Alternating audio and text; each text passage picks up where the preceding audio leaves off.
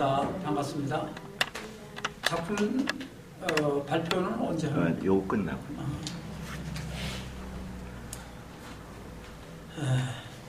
글쎄 제가 준비를 안 해고 또 생각 못했던 건데 말씀을 전하라고 말씀을 들어서 그냥 이것저것 그냥 제 얘기를 하겠습니다.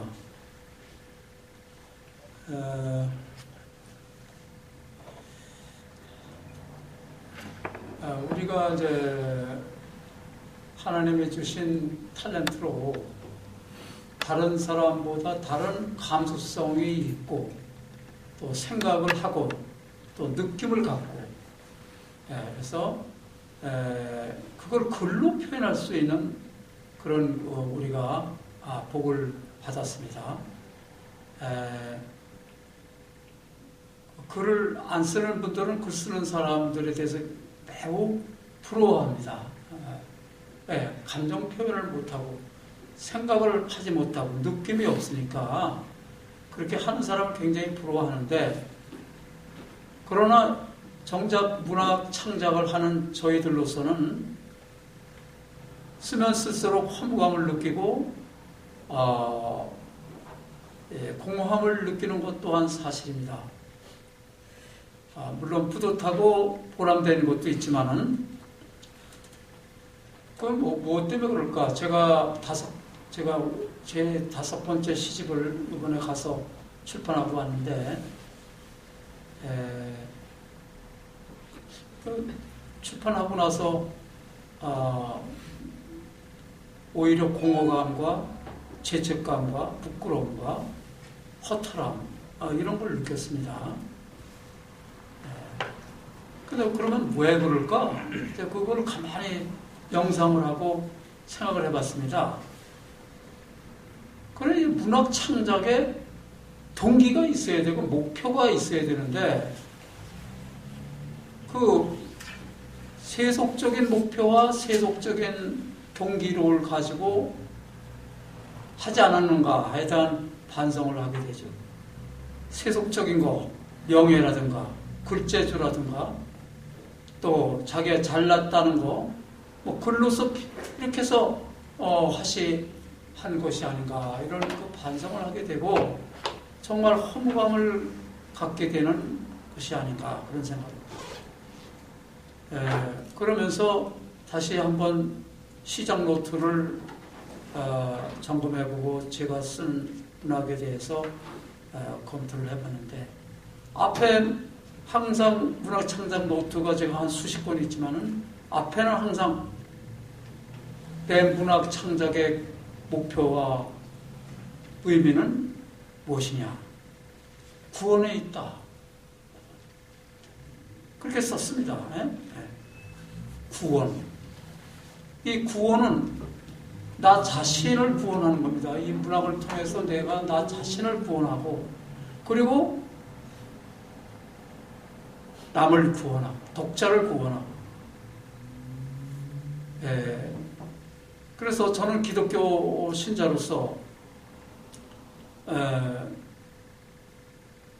이 세속적인 시인들하고 달리 이런 종교적인 문학의 동기, 모티프를 가지고 주제를 가지고 시를 써왔는데 또 불구하고 허탈하고 공허함을 느낍니다. 내가 쓰는 이 작품의 하나하나가 나를 구원하고 남을 구원하는 것이다. 나를 치유하고 남을 치유하는 것이다. 이렇게 하면서도 그렇게 전적으로 그러지 못한 것 같아서 그런 것 같습니다. 그래서 여러분들하고 제가 다시 한번 되새기고 마음을 다잡아서 정말로 새롭게 또 한번 우리가 다져야 되는 것이 내 글 쓰는 목적이 뭐냐? 나를 구원하고 남을 구원하고. 지금 목사님께서 설교를 참 아주 적절하게 저한테 해주셨는데 제가 말하려고 하는 그 메시지를 성경적으로 잘 말씀했습니다. 구원에 있습니다. 구원. 예수님이 왜 우리에게 존대를 갖고 경의를 받아야 하며 예배를 받아야 될 존재인가? 인자라는 것을 왜 인정받고 싶어 하셨는가? 그건 구원을 하셨기 때문에 우리 많은 사람을 구원해. 영적인 구원. 영적인 구원입니다. 우선은. 영적인 세속적인 명예나 또 재성이나 여러 가지 욕심이나 이런 데서 매여있는 사람들을 자유케 하고 해방시키는, 그들을 구원해주는 그런 영적인 구원과 또 몸의 구원, 아픔과 고통, 외로움, 억울함, 분노, 이런 정말로 몸과 마음이 아프고 고통스러운 것을 또 치유해주는 구원이에요. 영적인 구원과 몸의 구원, 가난하고 외롭고 억울하고 소외되고 정말로 외로운, 슬픈 이런 사람들을 치유해주고 같이 아파주고 같이 고통을 겪는 이런 시를 써야 되는 거 아니냐. 그게 바로 예수님이 하신 구원의 역사고, 그걸 배우라고 12제자에게 가르치셨고, 그 12제자를 통해서 우리가 성경을 공부를 통해서 하나님의 구원의 역사를 우리가 배우고, 또 지금 교회를 나가서 목사님들의 설교를 들으시면서 자꾸 거듭 깨닫고 배우고 학습하는 것입니다. 근데 우리는 자꾸 망각을 해서 자꾸 잊어먹습니다.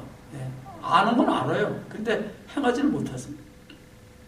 그래서 문학 창작의 동기와 목적은 구원이다. 나를 구원하고, 내가 나 자신을 구원하지 못하면 다른 사람은, 독자를 구원 못합니다. 내가 나를 감동시키는 시를 못 쓰면은 내가 어떻게 다른 사람을 감동시키는 시를 쓰겠어요? 나를 먼저 감동시키고 눈물을 흘리게 하고 내가 슬퍼서 내 이 슬픔을 정말로 위로받는 그런 시를 써야 내가 구원받는 건데, 나를 감동시키지 못하는 시를 쓰고서 어떻게 남을 감동시키니? 그렇기 때문에 5번째 시집을 내도 몇백 편의 시를 써도 허무하고 공허하고 부끄럽고 죄스럽고, 그래서 영적인 구원, 영적인 치유, 나는 그 중에서도 예수님은 외로운 사람들을, 방황하는 사람들, 이런 사람들의 친구가 되셨다는 거예요. 그런 데서 굉장히 인간미가 없는 사람은 친구가 되고 싶지 않죠. 예수님은 인간미가 있습니다. 인간적입니다. 버려진 사람, 소외된 사람, 무지한 사람, 아픈 사람, 이런 사람이 그분의 타겟이었어요. 구원의 타겟이. 그래서 이 시가 불쌍한 사람, 변두리에 있는 사람, 소외된 사람에 대해서 관심을 갖지 않고 그들과 고통을 나누지 못하는, 연민의 정을 느끼지 못하는 사람은 시인의 자격이 없다. 특히 기독교 시인이라면 세상에서는 아주 날렵한 언어와 아주 지적인 언어를 가지고 그냥 이것저것 막 시켜서 막 그래가지고 써가지고 언어의 긴장미와 무슨 과장법과 무슨 은유니 뭐니 이렇게 해가지고 쫙 써가지고 그러면 예술성이 있다고 그래가지고 박수 쳐서 막 문학상도 주고 그러죠. 근데 그렇게 하라고 그랬어요. 우리 기독교 문의는 한 줄을 써도 이 글을 읽고 큰 방에서 외로워서 정말로 거의 죽어가는 영혼이 새 빛을 찾는, 그래서 한국에 송명이라는 그 육신이 불구가 된 여류 시인이 있어요. 그건 문단에서는 시인이라고 여겨주질 않아요. 왜? 문학적인 예술성과 문학적인 그런 기량이 없다. 이혜인 시인도 그렇고, 시인으로 생각을 안 해요. 그러나 그 사람, 그 여자의 시를 읽으면 정말로 캄캄한 방 혼자서 친구도 없고 돈도 없고 몸은 불구가 돼 있고 눈은 안 보이고 귀도 안 들리고 말도 잘 못하고 온몸이 불구자가 된 그런 사람의 고통에서 나온 하나님에 대한, 하나님에 향한 간구의 기도, 그런 걸 읽어보면 우리가 눈물을 흘리지 않을 수가 없고 희망을 찾을 수밖에 없어요. 맞아요. 남한테 햇빛이 되는 희망을 주는 시를 써야 됩니다. 자기 자신에게 희망을 주는 시. 그래서 오늘 목사님이 말씀하신 메시지, 예수님을 왜 우리가 신격화해서 신을 모셔야 되는 거, 왜 예수님은 자기가 신의 아들로 인정받고 싶어 했던 거, 구원하셨기 때문에 사람을 구원했기 때문에. 이 구원의 말씀을 배우는 게 교회죠. 그 말씀을 전달하는 게 목사님이시고, 그래서 우리는 목사님을 존경하고 교회에 가서 경건해지고 그렇죠. 네. 그래서 이 시애틀의 우리 교포들이 우리 기독교 문인협회의 시인들이고 문인이라면 경의를 표해야 돼요. 왜? 엄숙한 영적인 시를 쓰는 분들이기 때문에 존경을 받아야 돼요.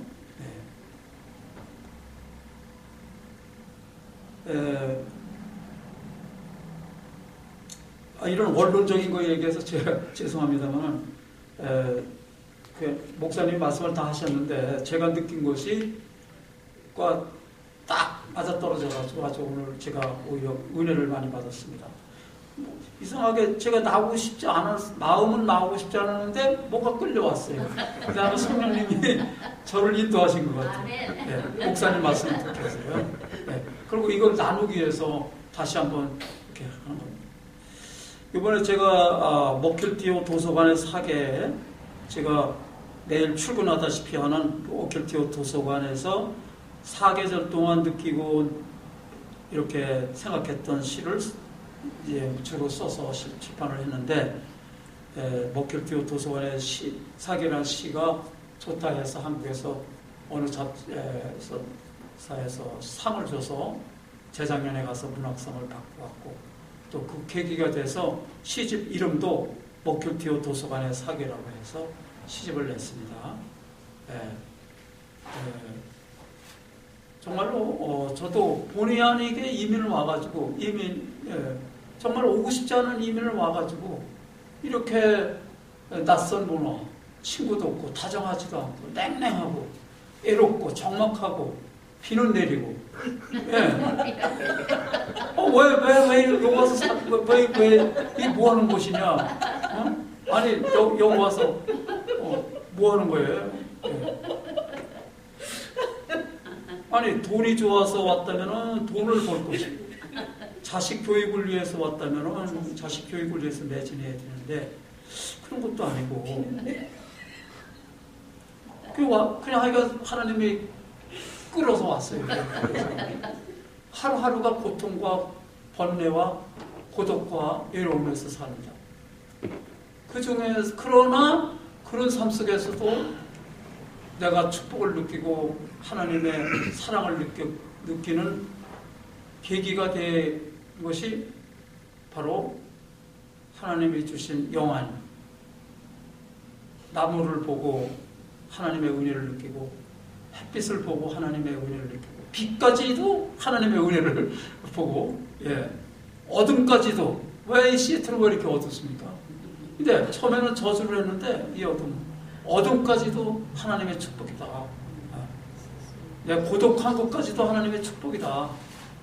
내가 쓸쓸한 것까지도 하나님의 축복이다. 슬프고 외롭고 이렇게 친구들 멀리 떨어져서 이렇게 나그네처럼 사는 것도 축복이다. 이렇게 느끼기까지는 굉장히 오랜 세월이 지났지만은 정말로 은혜다. 이런 생각.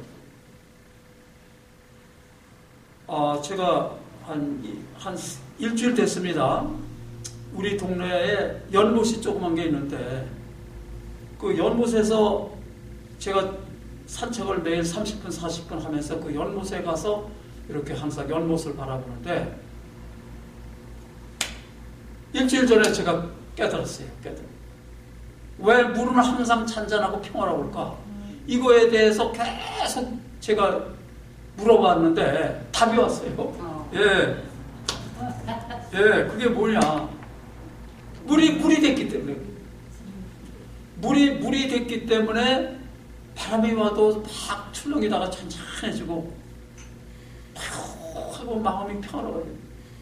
그 위에 오리가 와서 놀고 가고 그 밑에는 물고기들이 자라고 그 물속에 보니까 나무가 그늘이 내려앉아서 나무가 자라고 해가 내려오고 밤에는 별이 내려오고 비도 내리고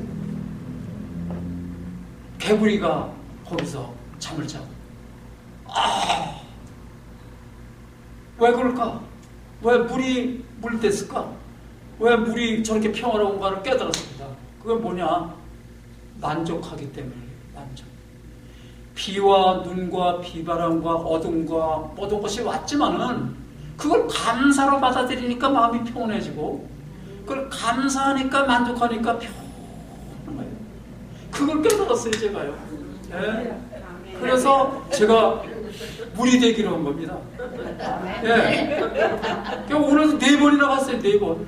4번이나 가서 제가 물이 된 나를 보는 겁니다. 이제 물이 객관화된 상품, 물건이 아니라 나예요, 이제 주체. 그래서 보니까 내가 내 안에 물고기들이 자라가지고 오리들이 와서 먹이를 먹고 오늘 해가 떴었습니까? 해가 반짝반짝해서 금빛을 내고 나무가 밑에서 자라고 하늘이 환하게 열려있고 내 몸에 어디에? 물에 있는 게 아니에요. 내 몸에 나무가 자라고 해가 떠있고 개구리가 자라고 물고기가 자라고 오리가 떠서 평화롭게 이렇게 오리 가족이 있고 사슴이 한 가족이 내려와서 물을 먹고 새들이 와서 물을 먹고 노래를 하면서 내 몸에서 내가 물이 되니까 어떻게 하니까 물이 된다고요? 감사하니까 물처럼 감사하니까 물처럼 만족하고 감사하니까 모든 걸 다 감사하고 만족하니까 물이 되는 거예요. 제가 그리고 오늘 아침에 또 한 번 제가 하나님의 은혜를 받았습니다. 제가 아침에나 저녁이나 밤이나 항상 메모지에다 이렇게 쓰는 겁니다. 그리고 우리 집사람한테 매일 야단 맞는데 난 잠을 해방한다고. 그래서 그 사람 소리 안 듣게 홀렸습니다. 그거 그냥 이불 속에 들어가가지고 쓰는 거예요. 잠 깨면 또 안 되니까. 근데 오늘 새벽에 또 주신 또는 내가 산이 된 거예요. 산에 수십 번 올라갔지만 산이 안 돼. 내가 산에를 가는 목적이 뭐냐? 건강을 위해서, 아름다운 자연을 보기 위해서, 뭐 이런 거죠. 또 산호회를 기르기 위해서, 또 친교를 나누기 위해서, 뭐 이렇게 하는데 그게 아니라 내가 산이 되기 위해서 산에 오르는 것이야만이 그게 정답인 것 같아요.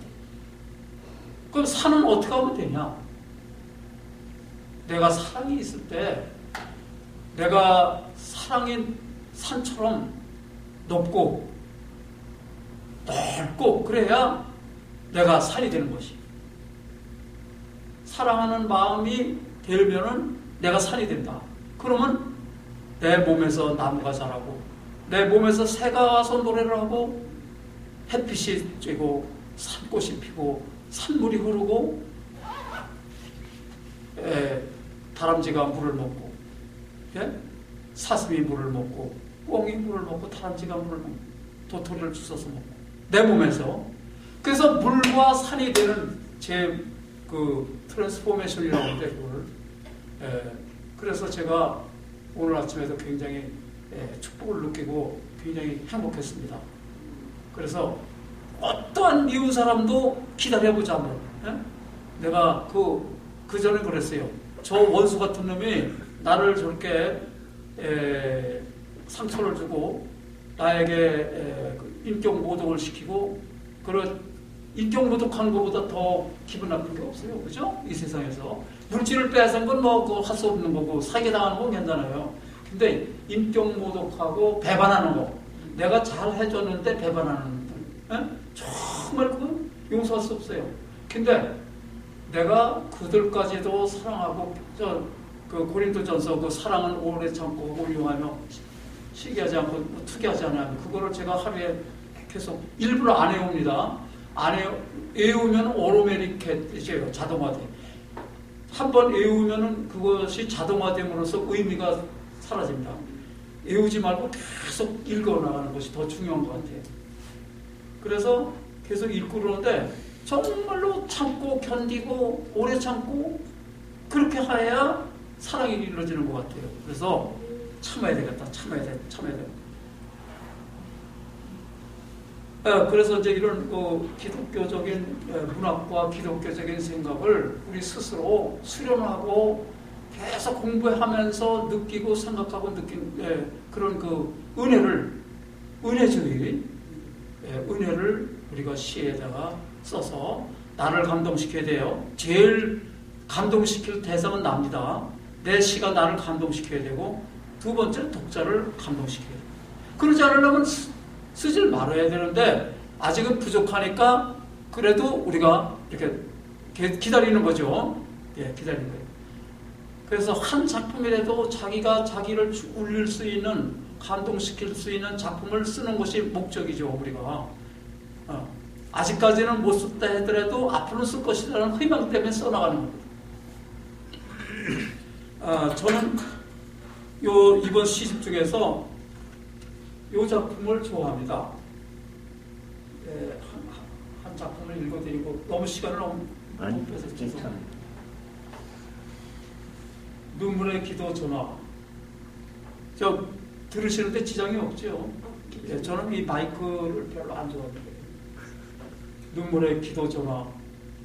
안압이 34도까지 올랐다. 녹내장이었다. 머리가 타는 듯 뜨겁고 동공이 벌이 쏘는 듯 아팠다. 의사는 학업을 중단하라고 했다. 독주를 마시고 소주입니다. 눈밭을 100마일 속도로 달렸다.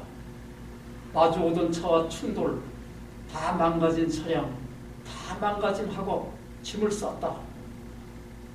한밤중에 전화가 왔다.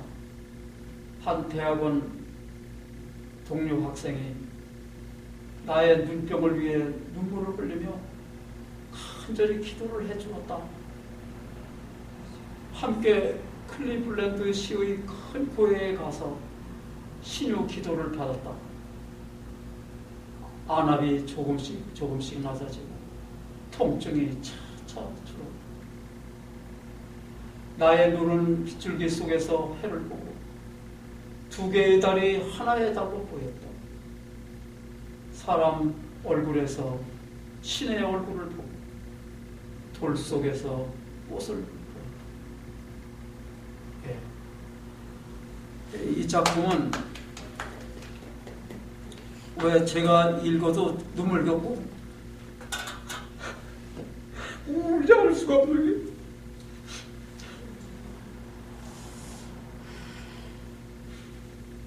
제 아들이 3살이고 1살 어린 애들이 집사람의 밤에 간호원으로 병원에 와서 일을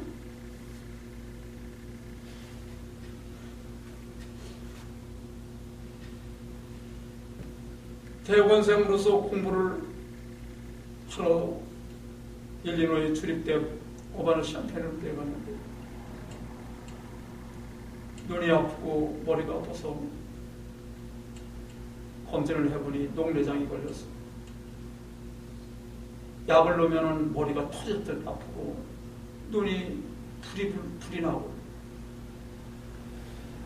내가 나이가 들어서 유학을 와가지고 공부를 하려고 하는데 눈이 아파서 공부를 하지 말라는 의사의 말.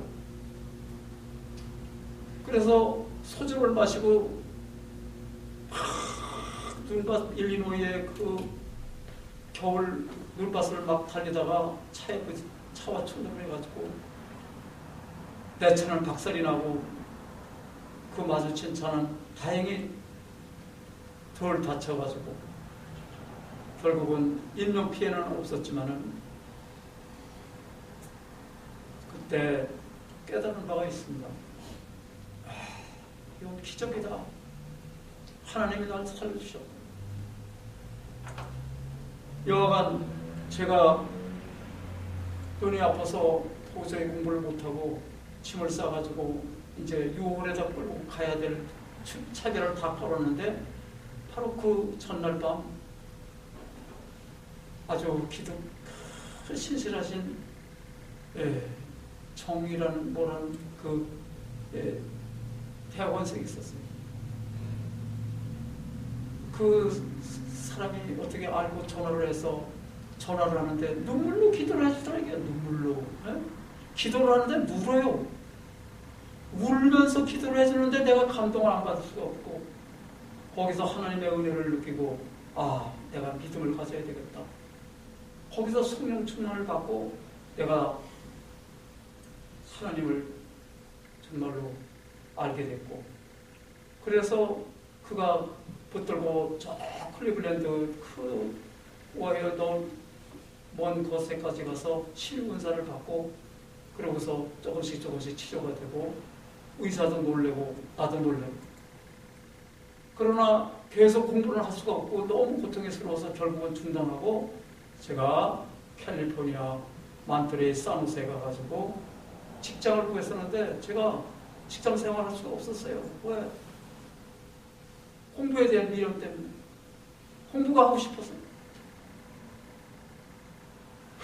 그래서 그러니까 그 다 얘기하면 제가 시간이 넘어가려고, 그래서 여하간 이 눈물의 기도 전화 때문에 하나님을 알게 됐고, 한국에 와서 약을 먹고 치료를 하고 강의를 하고 샌프란시스코 산호세에 가서 햇빛을 쬐고 그래가지고 많이 건강이 회복돼 가지고 와서 다시 박사 학위를 도전을 해가지고 학위를 마쳐가지고 졸업증을 받은 것이 나이 1985년도 나이 40에 박사 학위를 받았어요.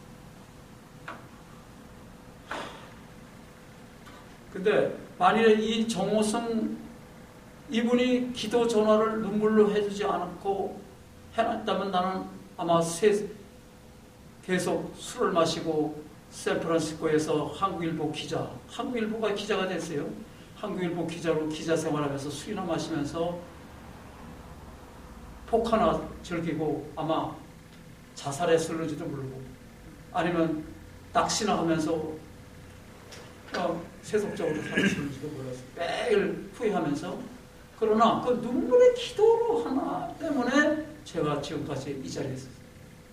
평생의 은인입니다. 그분은 시를 안 썼지만 기도 전화로 시를 썼습니다. 저에게. 그러니까 여러분들도 남에게 정말로 친절하고 은혜로운 말을 해서 그분에게 시를 꼭 시가 시로서 시를 쓴다고 생각하지 마시고, 우리가 은혜로운 말 한마디로 시를 쓴다고 생각을 하고, 우리의 삶이 시라고 생각을 하고, 정말로 주변에 불쌍한 사람들. 그래서 그런 생각도 해요. 기독교 문인협회는 글만 쓰지 말고, 이 우리 한인교표 사회에서 독거노인이라든가 말없이 고통당하는 외로운 이런 노인들이나 그런 환자들을 찾아가서 위로의 말을 낭송을 해주고 음악을 들어주고 이렇게 해주는 그런 봉사활동도 했으면 어떨까. 그게 시입니다. 그게 더 아름다운 시예요. 저는 문학은 하나의 수사고 표현이지 진정한 것은 마음입니다. 봉사입니다. 손길. 어머니가 우리에게 우리에게 왜 영원한 사랑의 모델로 된 거냐면 손보다 수고를 해주셨기 때문에 그래요. 말로 하지 않고. 네. 수고. 우리가 봉사합시다. 불쌍한 사람들 위해서. 또 글도 봉사라고 생각하세요. 봉사. 네. 죄송합니다. 너무 길어서. 감사합니다.